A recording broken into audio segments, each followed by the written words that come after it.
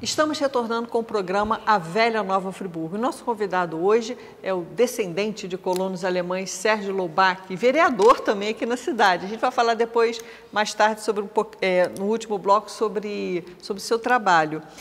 Sérgio, a gente estava falando sobre essa questão de, que se fala que a imigração não deu certo com relação aos colonos alemães, colonos suíços também, mas a gente pode enumerar aqui, é só sair de Friburgo e ir para essa região do centro-norte fluminense que a gente vai encontrar toda uma história de prosperidade da família Monerá, que aí no caso eu estou me referindo aos colonos suíços, ao Zertal, como a gente falou no bloco anterior, que é descendente de colonos alemães, e os maiores produtores de café do estado do Rio de Janeiro.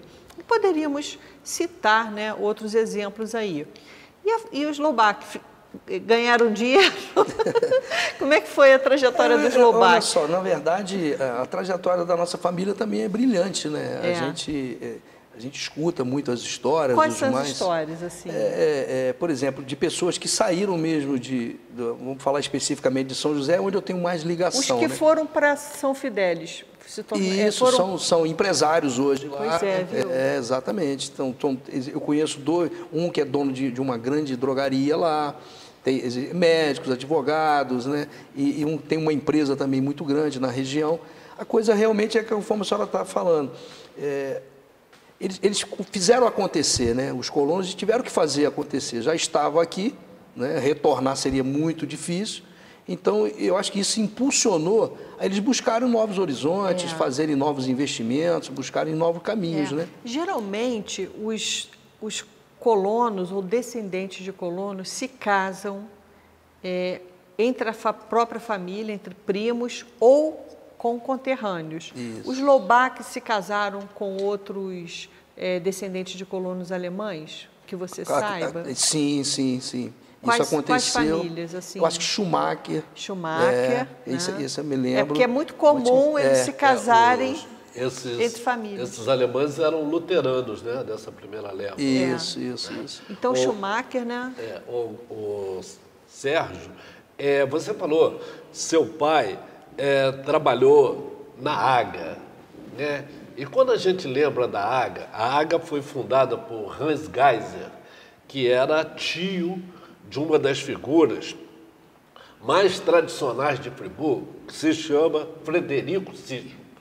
Frederico Sicho foi apontado como uma das maiores personalidades de Friburgo no desenvolvimento industrial de Friburgo. O Frederico Sicho era aquele alemão que a gente fala, né, como se fosse um brasileiro mesmo, né? E ele era tão querido, o Sérgio estava falando que o pai dele trabalhou na fundição. E a fundição da AGA era famosa porque era um dos trabalhos mais sacrificados, que você trabalhar numa fundição em condições, né, até difíceis. Insalubres, né? Exatamente. Insalubres. E o Frederico Sicho, ele era praticamente, não era patrão, ele era sempre um amigo dos empregados.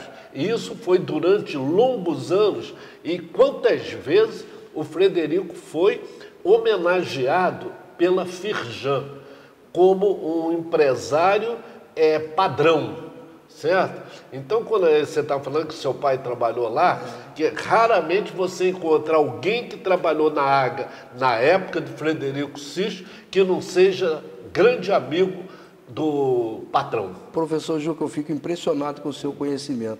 O senhor está falando isso aí, eu me lembro como meu pai falava com orgulho do seu Frederico. E me lembro uma vez que nós fomos num sábado lá, eu fui com meu pai, e ele estava lá no chão da fábrica, o seu Frederico Sicho. E aí meu pai, esse aqui é meu filho, ele me tratou com carinho do caramba, e meu pai sempre falava dele com orgulho. Exatamente o que o senhor falou aí, impressionante o conhecimento do professor Juca. Aí o senhor está falando aqui, está me vindo à memória, né, porque eu não sabia o que a gente ia conversar basicamente. Conforme a conversa está fluindo, eu estou revivendo o meu passado. E quando o senhor começou a falar isso, eu me lembro do meu pai, elogiando a forma do seu Frederico agir com os funcionários. E meu pai era um funcionário que não tinha cargo de chefia a priori, né? Depois que ele começou a coordenar uma equipe. E era tratado dessa mesma forma um funcionário que trabalhava numa área insalubre, difícil, né? Que era a fundição da fábrica. Eu lembro dos fornos, um calor tremendo. Ele andava aquilo ali, o chão de fábrica, conhecia todos os funcionários. Ele era conhecido que coisa magnífica isso, né? É uma coisa assim. Ele era uma pessoa, Frederico Sisto nasceu no dia 11 de junho, ele era geminiano. E ele no Country Club, que foi presidente do conselho, ele era o ponto de equilíbrio do Country Club. Sempre que tinham as divergências, os problemas que sempre ocorrem no clube, Frederico Sisto era o nome que ia para acertar essa janela. Era o fiel da balança. O fiel da balança. Era realmente uma figura maravilhosa.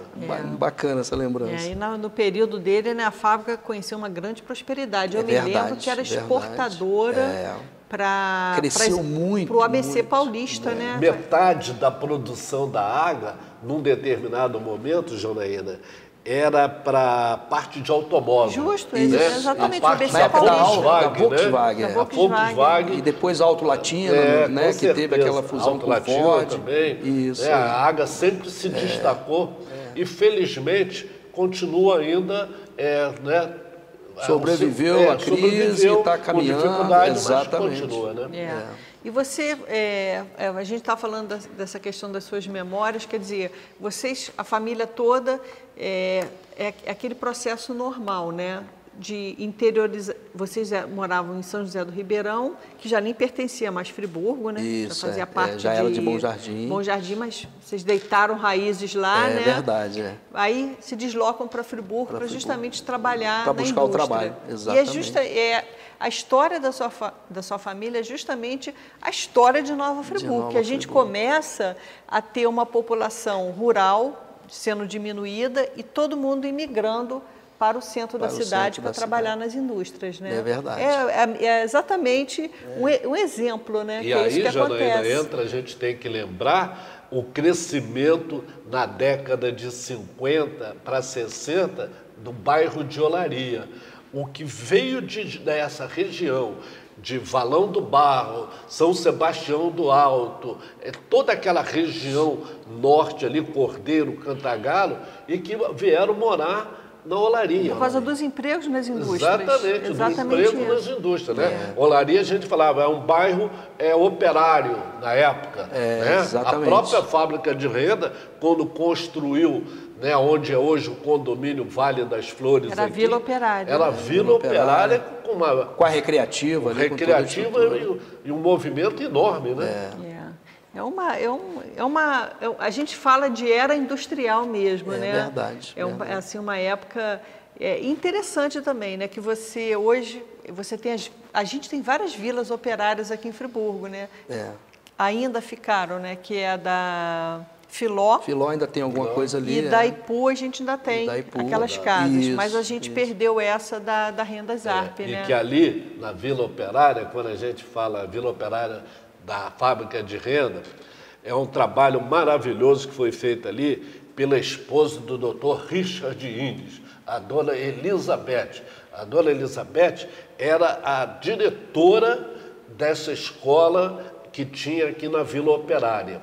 E a escola era tão importante, eu me lembro, o Padre Miele falava assim, Juca, aluno que vem da fábrica de renda, você pode deixar entrar que não tem erro, porque tinha uma boa formação, ele não precisava fazer o chamado exame de admissão lá ao Colégio Nossa Senhora do Galho. Ele tinha ingresso e ir direto para a escola. E agora você me fez lembrar que a gente falou da fundição da fábrica AGA, que a gente teve também, que a nossa Friburgo não pode falar da sua história sem falar do Centro-Norte Fluminense, né? E, com certeza. Primeiro que a gente se desenvolveu graças à passagem das mulas, com café e tal, aqui por dentro.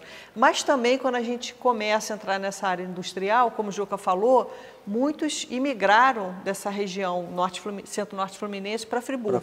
E aí, uma vez eu fiz uma entrevista com o Marcelo, que é do Engenho Central Laranjeiras, e ele falou que todo o pessoal que trabalhou na parte de açúcar, né, que fazia o beneficiamento da cana para o açúcar, todos eles migraram para a fundição da fábrica Aga, porque já estavam acostumados com aquela do alto forno, Engenho Central. Ele falou que na fábrica Aga, quando olhava que trabalhava no Engenho Central, no beneficiamento do açúcar, que trabalhou com altos fornos, aquela coisa toda, tinha emprego certo na Aga. Aquilo foi uma reportagem que você fez maravilhosa. Eu era garoto, aluno do Anchieta, e a gente ia conhecer o Engenho Central nas férias, passear. Lá tinha um teatro bonito, né? Um cinema ali. E ainda, as pessoas podem ir lá conhecer. E aquele trabalho, você via uma cidade, tinha até dinheiro especial, né? O dinheiro que circulava no Engenho Central era próprio. Você passava ali, eu fiquei encantado com aquilo lá. Era realmente, eu ainda vou voltar lá para fazer outro programa. Aquele trabalho. Aí, nós fomos na casa do Dr. Périx Correia da Rocha, e na casa do Dr. Périx, né? Ele fez até... Foi até trágico depois do trem que ele fez, né? O pudim que ele fez, que a família depois teve Matou a mãe e a irmã. Esse ali. Mas aí, no jardim da casa do Dr. Pérez, tinha uma grande mesa para o almoço. Eu já fiz a refeição lá. Que lugar bonito, né? Eu já fiz. Juca, vamos dar um intervalo, senão a gente muda o nosso rumo da prosa. Tá? A gente vai dar um breve intervalo, daqui a pouco a gente retorna com o Sérgio Loubach na Velha Nova Friburgo.